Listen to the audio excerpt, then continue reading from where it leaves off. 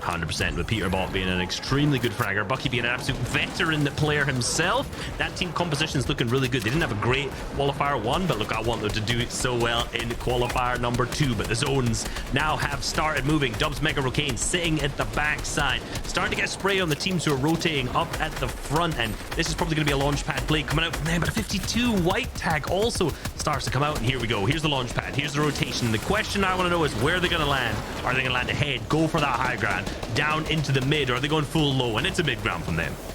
The mid-ground seems to be the play for a lot of these trios, as you see a ton of that movement coming in from those launch pads. You can see how those builds are starting to go very horizontally. And also, Macwood, Bucky, and Peterbot actually did fall to the mid-ground as well. Do not want to keep control of that high ground. I think it might be more advantageous for them to actually go into the mid-ground and see how many eliminations they will be able to pick up. As you can see here, Furious and their teammates right now. Vert, unfortunately, is going to be downed here and likely eliminated, as you do have to see Furious and Creo just continue to move on as the storm gets closer and closer. Yeah, Furious gets in the box, manages to pick up 2 eliminations, and manages just to track the other players right through the back, shot after shot there, and he's picked up 2 for himself in the box with another one, and yet a 3rd knock to his name so far. Creo has 2 eliminations by himself as well, and Vert, obviously, like we said, now down. So this is just messy, but in the back of the tarp, hitting shot after shot, and they finally managed to establish themselves onto a good layer. Those full knocks coming through as eliminations at this point, but they're starting to get sprayed by height. Oh yeah, there is a trio right now taking that height, and I feel like this is exactly why Macwood and friends did not want to be up there. We've got Frisk, we've got Osberg. We just got all of the incredibly top players in this trio right now trying to take control of that height, and it's giving them fantastic sight lines when you just take a look at how they are able to clear out all of those tarps on top. That's it. They're applying the pressure to the whole lobby, but down on the low ground, Furious is actually picked up. I was going to say he's going for more elims, and he's still popping off, but unfortunately, his pop-off has ended. Like I said, Frisk, Osp still up on the high ground. Visuals was going for some shots. Peterbot alongside Bucky and Macwood up on the mid ground, still left in this as well, but no shields left remaining on Bucky. He's actually going to get dropped from his teammates at the same time, but the material's starting to run a little low at this point. Yeah, I think that's also a reason why we might have seen Macwood, Peterbot, and Bucky actually rotate off of the high ground. They likely didn't have enough materials to be able to actually keep it, and especially when you know how this end game can go sometimes, you just want to make sure that you can use the layers that are already presented to you and save some of those materials for later. But we can also see a couple of players on the low ground did just get eliminated here. Redux and Aperta are out of this competition for now, but we will take a look at what else is happening here. Macwood, Peterbot, and Bucky just going ham in this box right now. Straight into the box, and the shots connecting at the same time. But Bucky's now not trying to rely on that pressure. He's trying to get out, trying to get around to the other side, but the zone is ticking, and he's got a single tick left to Storm. He cannot, but no, he is going to be picked up. Macwood and Peterbot still in this as well, solo, but 47 HP. The zone starting to tick on him as well, and the metal wall in his way, so he's going to have to start chopping through. 2 more ticks to zone will have to be what it's going to be between him and a win, and he's trying to pop a medkit. There is no time for that. No, oh no. Unfortunately, that dream is down for this game number 1. We also have Sniper and Joji at the moment just trying to keep this alive, maybe be able to get that victory royale. You can see them fighting in the low ground right now, as Brisk is also going to start to make a move in, third party the situation, and that might be it. Joji does get Osp down though, but the Storm is going to grab Joji. Yeah, it's ticking. The time is going down. There's 3 still players left remaining. Visuals up on the high ground, playing the heal off medkit, but yeah, they're going to pick up the victory royale as Smite goes down on the low ground. So it's going to be Osp. And get knocked down here. It's all up to Lazar to be able to try to keep that trio's dreams alive, but Macwood and Bucky, they're right there. They're going to be able to grab some really good damage onto them.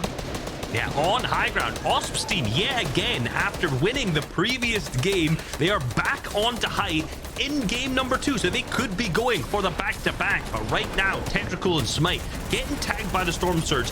9 players still to go down, and they are 223 below at this moment, so they are definitely going to have to figure out what they can do. They're trying to heal off, but they need to do damage. They need to deal damage. They cannot just sit here, be slow, and hope for the best. Yeah, especially when you know that Storm Surge is going to be even more and more significant as time goes on. You definitely want to be trying to get those tags, and make sure that you are above that damage threshold. And the more time you're going to spend healing, the less time you're actually going to be doing damage. So Tetracool, they've got to start getting a move on this. You can see that Suscript actually is going to go down here, just left to dry, as it is now Skittles, Nut, and Nosh that are actually going to be taking the high ground away.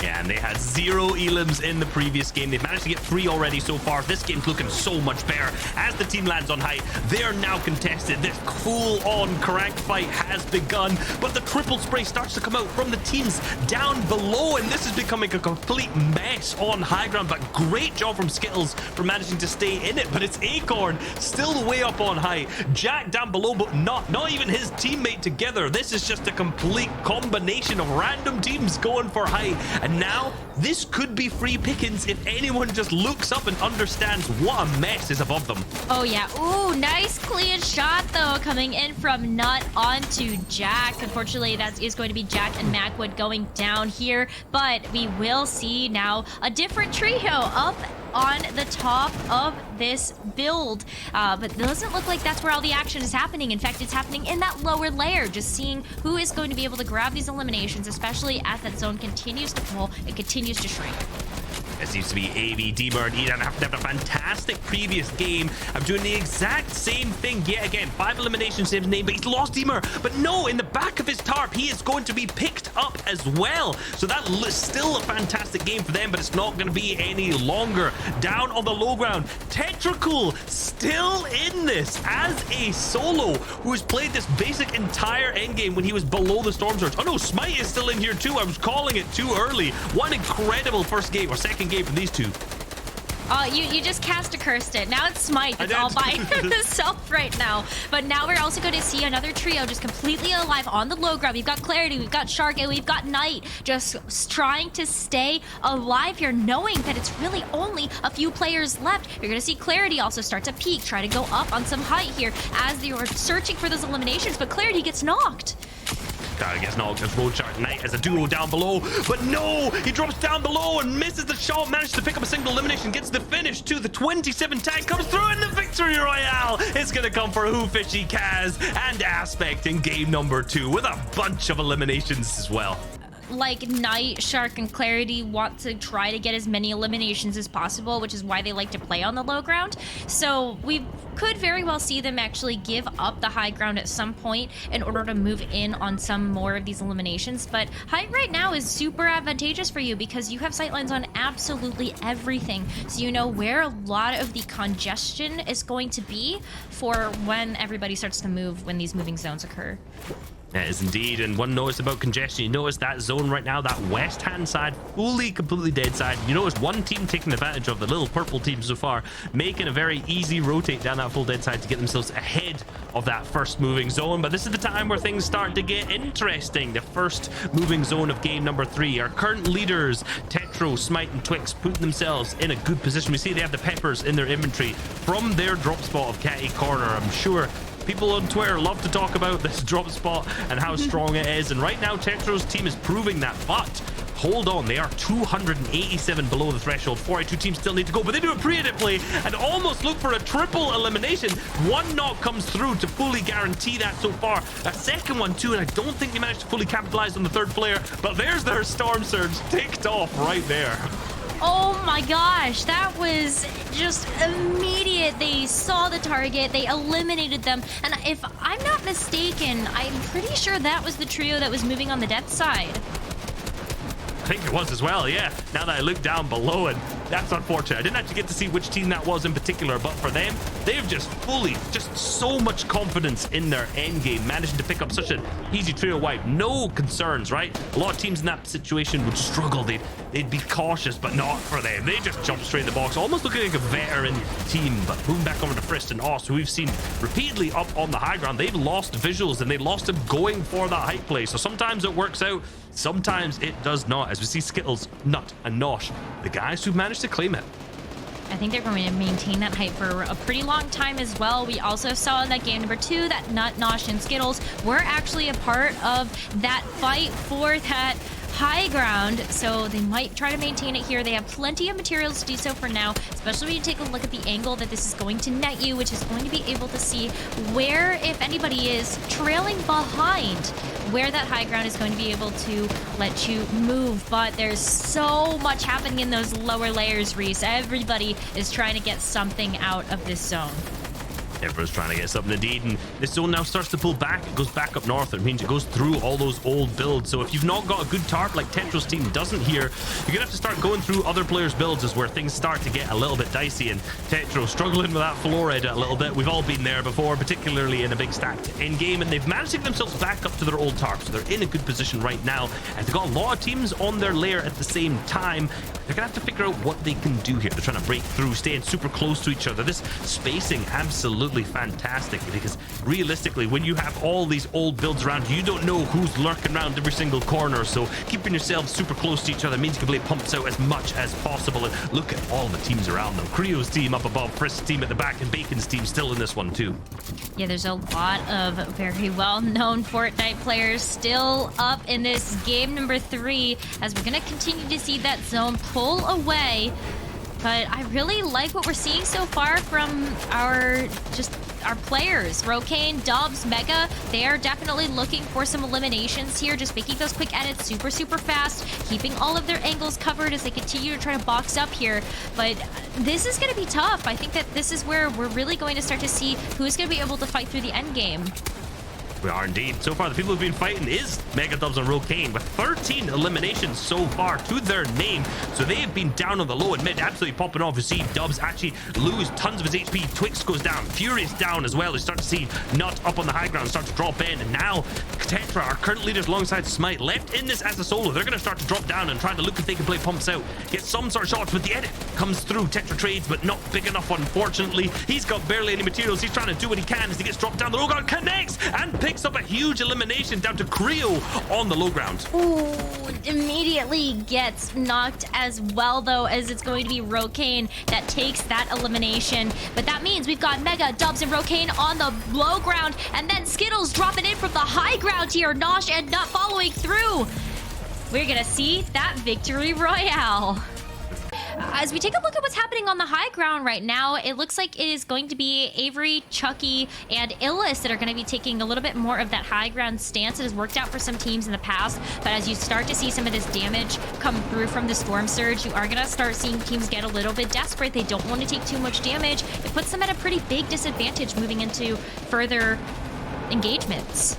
Yeah, not for Illis, Avery, and Chucky, though. They're up on high ground looking absolutely fantastic. They can just take any shots on the players down below that they need to. Nosh hitting the launch pad up there. We see Dusky and Annie also in that second height. Osp and Frisk still ahead at the front of the zone. And down on low ground, Rogue Shark, Knight, but they've lost Clarity G. But hold on, a player comes straight into the box. It's a full trio, and Rogue Shark is going to be picked up. And that Shark also down at the same time at the back of the zone. So the low ground team is no more.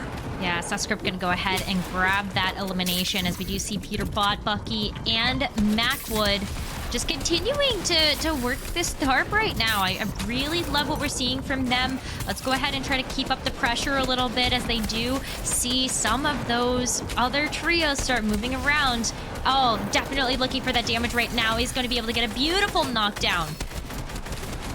Beautiful shot onto Pamsu and Carry picked up at the same time. The full box comes on out, and the finish comes through to the final player at the same time there. That's Avery, I think, that goes down at the same time. So Peterbot now using the materials that he has from those finishes to keep himself ahead of the zone, right? Giving his team a great tarp to work with as he slows down and heals on up, as that next zone, he noticed, pulls all the way to the east. So the players up on the high ground have an easy zone to pull back through. The players on low ground, like Bucky's team, are going to actually hit the launch pad to potentially even maybe go for the high ground. Yeah, Peterbot's gone and get the full cone, the full box, the full piece control on the high ground teams as they lose Bucky. So it's now Macwood and Peterbot left on this on high ground, but as a duo. I think that's going to be just fine, though. Peterbot, obviously being one of the newer additions to this trio, has been performing super well this entire qualifier today. Let's see how Macwood and Peterbot are able to maintain that height as they start looking down at the competition. We've got Nani and Dusky right below them with Quanti, and we also see Nosh is still up and alive with Illist and Chucky. So we can see where these players are sitting right now, but Peterbot and Macwood, they go down. Nani has found them on the high ground. Yeah, NAE's gone for a big high ground retake. They noticed it was a duo up on height, sprayed down and picked up those easy eliminations. So this game is all for the winning for their team. So they're going to have to start trying to get that spray out. You see the tons of ammo that Quanti has. He's managed to get almost capped here. So this should be an unrelenting pressure he can apply down below. But he's got no mats. Down on low ground, Lakes' team has still managed to get it as a duo. Suscript getting pressure from the high ground team, getting pinched from the low at the same time. Looks like Ale is going to be going down here, which means that we don't have a whole lot left of that particular trio alive. It is just Quanti, Dusky, and gotta leave Nani behind because Nani is going to go down. But they're looking for that final elimination. They're looking for that victory royale right now. Quanti just has to get one. Ooh, 2 more players here. This is going to be really close. Can't quite do it. Yeah, it is, but most important part is it starts to pull uphill towards the end. So for them, like, if they go for a launch pad, which they are now, I don't think they're going to get high enough to be able to go all the way up. So they're going to land on some opponents' builds like this, which is always rough. Yeah, they choose to go further back and choose a safe spot to land in, which is really good. They've created another box. So my guess is they're going to hit another launch pad now, which will take them up that hill. So good play for them. Or they're just going to fully wipe a trio instead. Yeah. And there we go. There's the materials that are going to... It's going to be Bully's team, who is fully picked up at this point. There we go. I think the launch pad's about to come out, but they're stuck deep in storm still. The tick's starting to go down. That's it. It starts to get up into the hill. 2 more seconds left of this zone, and it starts to pull almost back, a little diagonal angle up to the northeast. So the hype team definitely gonna be able to grab a good position. It's still Aspect, Kaz, and Hoof Issues managing to hold up the high ground as we see some of our top teams still in here. Scoped still down on low ground. Rogue Shark claiming Pump still in there as well. Illis to the backside of Storm, and Not Chucky Skittles right there in a great position with 3 eliminations and 120 points. Definitely a good position for them to be in, but they gotta maintain their spot above that damage threshold. So you're gonna see Nosh, Nut, and Skittles get a little bit more aggressive as you see that damage threshold start to tick closer and closer to being below. Really nice positioning though coming out from Nut, Nosh, and Skittles though, as they do have a little bit of that, you know, higher ground that they can kind of work with here. But Kaz and Fishy are just continuing to maintain the highest ground. Beautiful angles right now onto the rest of the competition. That's why they are so far above the damage threshold right now. It is, but now down to only 16 builds left. When the teams see that they're up on wood, they're going to spray, and that's going to pick out Haz. Now you can hear the launch pad starting to come on out. They're landing on those old builds, and the harpoon comes on out, knocks down the players who's up there, but it seems like it's lost. It's Slacks, Acorn, and Jack in game number 5 are going to hit the launch pad and take high ground with what seems like almost full HP for every single one of them. So my guess is great materials, great ammunition, and great potential to win out this 5th game. I have high hopes for them, but we're gonna have to wait and see what's gonna happen.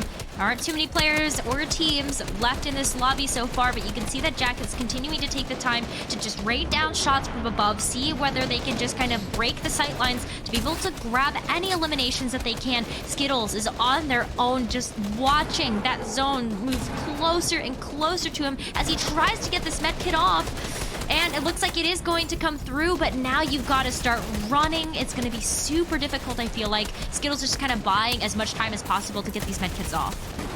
Yeah, he's managed to take 3 ticks. He gets ahead and should be able to get that medkit play done. AV, Deemer, Edan still in this at the same time as well. Every single game they managed to win off spawn. They've made a top 5, and this seems like they could take it much further in this game so far. And Skittles, as a solo, hits a max 161 pump, but unfortunately will be picked up.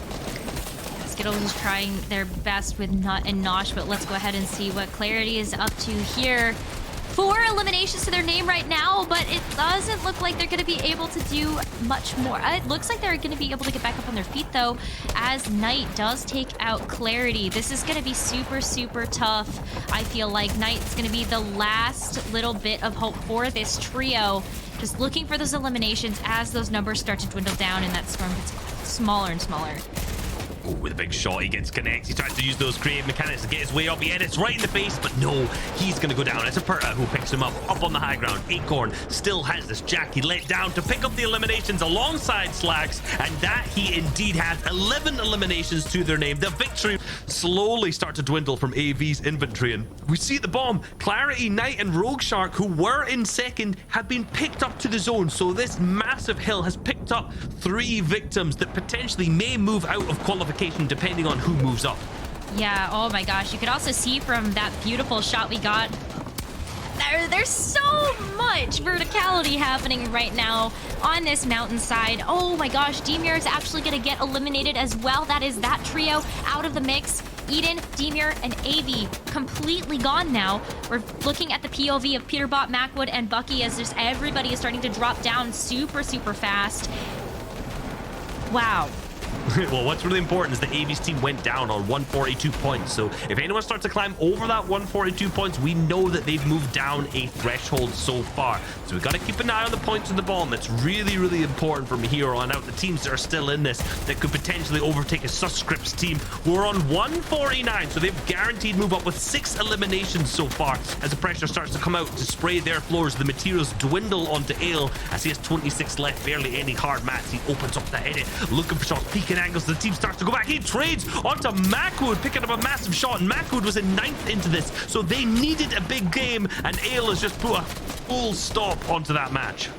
Yeah, oh my goodness, this is going to be super, super quick, I feel like, to deal with who's going to grab this victory royale. So we've got to keep our eyes open and focus. As we can see, Jack, Acorn, and Slacks moving through the middle layers right now as Ale and Villets are trying their best to be able to deal with that, but Jack takes out Villets.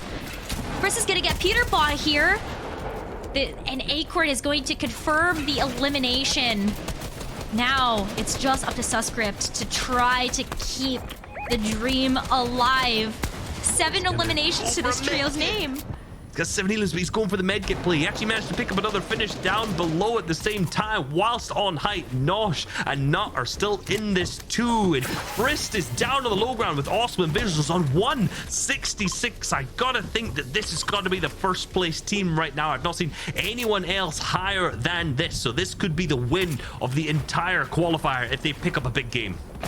I think this could be a really, really big game for them, especially because they've been doing so well all day for this qualifier. Acorn does get eliminated, though, and that's going to send Jack out as well as Nut and Nosh. You can see them up on the high ground as Frist, Visuals, and Osp are still controlling this low ground territory. They're still claiming what they can. Not Nosh up on the high ground. Suspect as a solo in the middle. See if he can trade the shots. He hits the 66. He's trying to do what he can with 2 HP, 1 HP, 0 HP at that moment. And it's Frisk who picks him up. And the victory royale in the final game with Visuals and Osp. 180 points. And you've got to say that that's... Picked up 2 victory royales today, had a 10-point lead over Smite, Twix, and Tetro, who for most of the day actually were in that first place slot. So first of them coming in at the end saying, hey, we'll take that in this last victory royale.